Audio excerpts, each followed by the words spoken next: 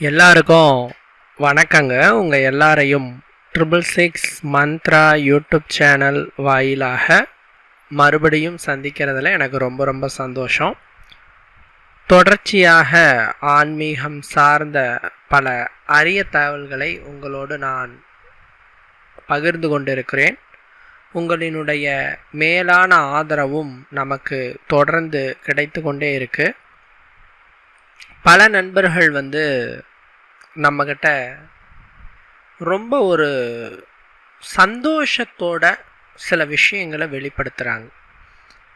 உதாரணத்துக்கு சொல்லணும்னா, ஒரு நண்பர் நம்மக்கிட்ட சொன்னார், என்னென்னா, சார் நம்ம வீட்டில் பிரச்சனை வந்துக்கிட்டே இருந்தது, தடங்கள் வந்துக்கிட்டே இருந்தது. நீங்கள் சொன்ன மாதிரி இது கண் திருஷ்டிக்கான காரணமாக இருக்கலாம் அப்படின்னு நாங்கள் யூகம் பண்ணிவிட்டு ஒரு கண்ணாடியை வாங்கி மாட்டி வச்சோம்.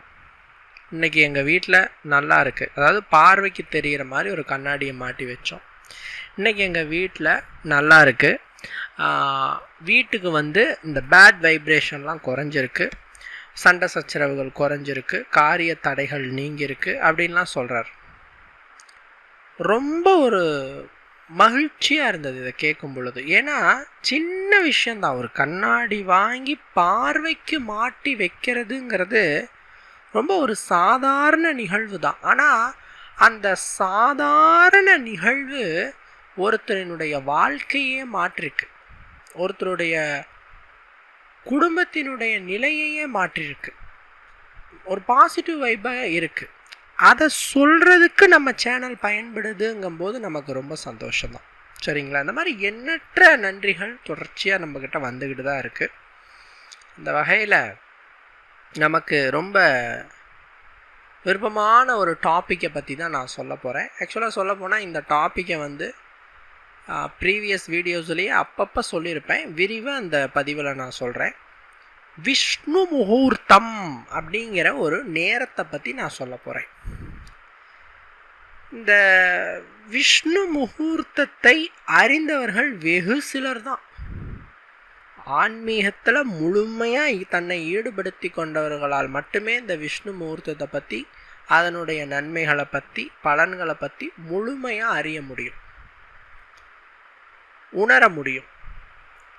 அதாவதுங்க, 3 தெய்வங்கள், படைத்தல், காத்தல், அழித்தல் என்று சொல்லக்கூடிய இந்த 3 வேலைகளையும் செய்யும் இந்த தெய்வங்களுக்கு உரிய நேரங்கள் என்று இருக்குது. அந்த நேரத்தை தான் முகூர்த்தம்னு சொல்கிறோம். பல பேருக்கு முகூர்த்தம்னாவே என்னன்னு தெரியல. முகூர்த்தம் என்பது கால அளவு பேர் தான் முகூர்த்தம் அப்படின்னு சொல்கிறது. சரிங்களா? மொத்தம் 30 முகூர்த்தம் இருக்குது. எத்தனை முகூர்த்தங்க? 30 முகூர்த்தம் இருக்குது. அதில் 27வது முகூர்த்தமாக வருவது தான் இந்த விஷ்ணு முகூர்த்தம் அப்படின்னுட்டு. விஷ்ணுனா யாருங்க? திருமால். அவர் காக்கும் தொழிலை செய்பவர். அவரை வணங்கினா என்னென்னங்க கிடைக்கும்? பொதுவாக சிவனை வணங்கினா முக்தி கிடைக்கும். பிரம்மனை வணங்கக்கூடிய பழக்கம் இல்லை நம்மளுக்கு. ஏன்னா பிரம்மனுக்கு கோயில் கிடையாது, வழிபாடு கிடையாது. ஸோ அவரை விட்டுருங்க. விஷ்ணு, அதாவது பெருமாளை கும்பிட்றதுனால நமக்கு என்ன கிடைக்கும்? ஆபத்திலிருந்து அவர் அரணாய் காப்பார். விஷ்ணு அவர் கூட மகாலட்சுமி இருக்கிறதுனால விஷ்ணுவை கும்பிட்டா தாயாரையும் கும்பிட்ட மாதிரி. ஸோ லக்ஷ்மி கடாட்சம் கிடைக்கும். அதே மாதிரி விஷ்ணுவினுடைய வழிபாடு நம்மளோட தொழில் வளம், வியாபார தடை நீங்குதல் ஆகியவற்றையெல்லாம் மேம்படுத்தி கொடுக்கும். இந்த மாதிரி ஏகப்பட்ட நன்மைகள் இந்த விஷ்ணு பகவானுடைய வழிபாட்டில் இருக்குது. அந்த விஷ்ணுவிற்கு உரிய முகூர்த்த நேரமாக சொல்லப்படுறது அந்த விஷ்ணு முகூர்த்தம். பிரம்ம முகூர்த்தம்னு இருக்குங்க. பிரதோஷ நேரத்தை தான் சிவனுடைய அந்த கால நேரமாக நாம் சொல்கிறோம். இந்த 2 பற்றி முதல்ல பார்த்துட்டு அப்புறம் அந்த விஷ்ணு முகூர்த்தத்தை பற்றி பார்க்கலாம். பிரம்ம முகூர்த்தம் அப்படிங்கிறது அதிகாலை நேரத்தில் வருது. அதிகாலை ஒரு 3:30 மணியிலிருந்து 5 மணிக்குள் இந்த இடைப்பட்ட நேரத்தை நாம் பிரம்ம முகூர்த்தம் என்று சொல்லுகிறோம். படைத்தல் தொழிலை செய்யும் பிரம்ம தேவனினுடைய நேரமாக இந்த பிரம்ம முகூர்த்தத்தை நாம் சொல்கிறோம். மேக்சிமம் இந்த டைமில் தான் நாம் முழிக்கணும், தூங்கக்கூடாது. பிரம்ம முகூர்த்தத்தில் தூங்கக்கூடாது. ஏன்னா ஒருத்தர் கூட கேட்டார், சார் மரணம் எப்படி சார் இருக்கும் அப்படின்னார். நீங்கள் டெய்லி மரணித்து தான் மறுபடியும் பிறவி எடுக்கிறீங்க அப்படின்னு. அவர் உடனே, என்ன சார் இப்படி சொல்கிறீங்க, என்றைக்கு நான் மரணித்தேன் என்றைக்கு பிறவி எடுத்தேன் அப்படின்ட்டு. டெய்லி நீங்கள் தூங்குறீங்க இல்லையா, அதுதான் பார்த்தீங்கன்னா மரணத்திற்கு ஒப்பானது. அந்த மரணம் எப்படின்னு கேட்டால் தூக்கம்தான் மரணம். நீங்கள் தூங்குறீங்க, அதே மாதிரி தான் மரணம்ங்கிறதும் அமையும். ஸோ அந்த தூக்கத்திலிருந்து நாம் அடுத்த ஒரு பிறவி எடுக்கிறோம் இல்லையா, அதுதான் காலை பொழுது. ஸோ அதிகாலை நம்ம பிரம்ம முகூர்த்தத்தில் எழுந்திருச்சு அந்த பிரம்மதேவனினுடைய அந்த நேரத்தில் நாம் பிறவி எடுத்து எழுந்திருக்கிறோம். அப்படிங்கிறதுனால தான் மேக்சிமம் பிரம்ம முகூர்த்த நேரத்தில் எழுந்திருக்கிற பழக்கத்தை ஏற்படுத்திக்கோங்க அப்படின்னு சொல்கிறோம். அப்போது நம்மளுடைய அந்த டைமில் எழுந்திரிச்சா நாமளே ஒரு புது மனிதனாக இருப்போம். நம்மளோட ஆன்மாவும் சுத்தமாகும், நம்மளுடைய உள் உறுப்புகளும் சுத்தமாகும், உடம்பும் சுத்தமாகும். ஸோ இந்த பிரம்ம முகூர்த்த நேரத்தில் எழுந்திருப்பதில் இவ்வளவு நன்மைகள் இருக்குது. இந்த டைமில் எழுந்திரிச்சு குளிச்சுட்டு தீபம் ஏற்றிட்டு புது விஷயங்களை கற்கிறது, புது விஷயங்களை தெரிஞ்சுக்கிறது, யோக கலைகள், தியானம், இறை வழிபாடு ஆகியவற்றை நாம் கடைபிடித்தோம் அப்படின்னு சொன்னால் பலன்கள் 100% நமக்கு கிடைக்கும். 100% பலன்களை இந்த பிரம்ம முகூர்த்த நேரம் உங்களுக்கு கொடுக்கும். சரிங்களா? அதில் இந்த பிரம்ம முகூர்த்தத்தில் பொதுவாக மந்திரங்கள் சொன்னாலோ இறைவனை பிரார்த்தித்தாலோ அதுக்கு பலன்கள் பார்த்திங்கன்னா 1000 மடங்கு கிடைக்கும். சாதாரண வேளைகளிலே சொல்லக்கூடிய மந்திரம் 100 மடங்கு பலனும், பிரம்ம முகூர்த்த வேளையில் சொல்லும் மந்திரம் 1000 மடங்கு பலனும், பௌர்ணமி அமாவாசை திதிகளில் வரும் பிரம்ம முகூர்த்தத்தில் சொல்லும் மந்திரம் 1,00,000 மடங்கு பலனும், சூரிய சந்திர கிரகண நேரத்தில் சொல்லும் மந்திரம் 1,00,00,000 மடங்கு பலனும் கொடுக்கும் என்று மாந்திரீக சாஸ்திரத்தில் சொல்லப்பட்டிருக்கு. அப்படி பார்க்குறச்சே உங்களுக்கு இந்த விஷ்ணு முகூர்த்தம் என்பது எப்படி உங்களுக்கு பலனை கொடுக்குமோ அதே போல் அதற்கு அடுத்து வரும் இந்த பிரம்ம முகூர்த்தம் உங்களுக்கான மாந்திரீகத்துக்கும் நல்ல முறையிலே பயன்படக்கூடிய வகையில் இருக்குது. ஏன்னா விஷ்ணு முகூர்த்தத்தையும் நீங்கள் மாந்திரீகத்துக்கு யூஸ் பண்ணிக்கலாம். நான் அதை சொல்கிறேன் என்னன்ட்டு. இது பிரம்ம முகூர்த்தத்தினுடைய பயன்பாடு. நம்மளுக்கு பிரம்ம முகூர்த்தத்தை பற்றி நிறைய சொல்லணுங்கிறது இல்லை. ஏன்னா நிறைய நண்பர்கள் அதை பற்றி சொல்லிட்டாங்க, நிறைய விஷயங்கள் அதை பற்றி ஷேர் பண்ணிட்டாங்க. ஸோ கேட்டதையெல்லாம் கொடுக்குமாம் பிரம்ம முகூர்த்தம் அப்படின்னு நம்ம ஒன் வேர்டில் சொல்லலாம். அடுத்து விஷ்ணு முகூர்த்தங்க. இந்த விஷ்ணு முகூர்த்தம் அப்படிங்கிறது எந்த டைமிங் வரும் அப்படின்னா பிரம்ம முகூர்த்தத்துக்கு முன்னாடி வர டைமிங்கை தான் நம்ம விஷ்ணு முகூர்த்தம்னு அழைக்கிறோம்.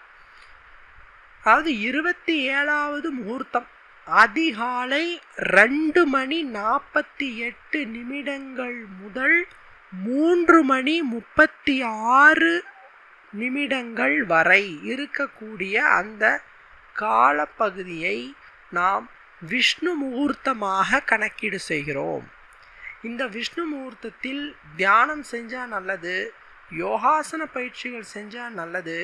அதே நேரத்தில் இந்த விஷ்ணு முகூர்த்தத்தில் எழுந்திருச்சு நீங்கள் தீபம் ஏற்றி தேவி மகாலட்சுமியும் பெருமாளையும் கும்பிட்டால் பரம இயலையும் எப்பேற்பட்ட தரித்திரமும் அடியோடு நீங்கி ஏழையும் பணக்காரனாவான், தரித்திரமும் நீங்கி ராஜயோகம் நிச்சயமாலும் கிடைக்கும் என்பதிலே எந்த விதமான ஒரு ஐயமும் கிடையாது.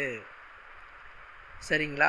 இந்த விஷ்ணு முகூர்த்தம் முழுக்க முழுக்க விஷ்ணுவிற்காக அர்ப்பணிக்கப்பட்ட முகூர்த்தம்.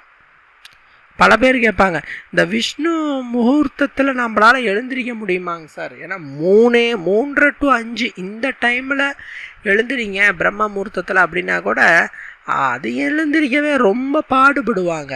பட் ஆனால் இந்த விஷ்ணு முகூர்த்தத்தில் இவ்வளோ ஏர்லி மார்னிங் எந்திரிக்க முடியுமானா அட்லீஸ்ட் ஒரு 3 மணிக்கு எழுந்திரிச்சிக்கோங்க. எழுந்திரிச்சு இதை நீங்கள் ரெகுலராக பண்ண முடியலனாலும், ஏன்னா இப்போது இரவில் தூங்குகிற டைமிங் கொஞ்சம் அதிகமாகிடுச்சு எல்லாருக்குமே. தூங்கக்கூடிய அந்த நேரம் வந்து எப்போ போய் பெட்டில் படுக்கிறாங்கன்னா 10 மணி 11 மணிக்கு தான் தூங்குறங்க அப்படின்னு சொல்கிற அளவுக்கு இன்றைக்கி ஒரு ஃபாஸ்ட் வேர்ல்டில் நாம் வாழ்ந்துக்கிட்டு இருக்கிறோம். அதனால் நீங்கள் இவ்வளோ இயர்லி எந்திரிக்க முடியலனாவது ஒரு 3 மணி 3லேருந்து 3:36 வரைக்கும் இந்த முகூர்த்த நேரம் இருக்குது. ஸோ அந்த டைமிங்குள்ளே எழுந்திரிச்சிட்டு நீங்கள் குளிக்க கூட தேவையில்ல, ஜஸ்ட்டு ஃபேஸ் வாஷ் பண்ணிவிட்டு ஓம் நமோ நாராயணாய அப்படிங்கிற இந்த மந்திரத்தை சொன்னால் கூட போதும்.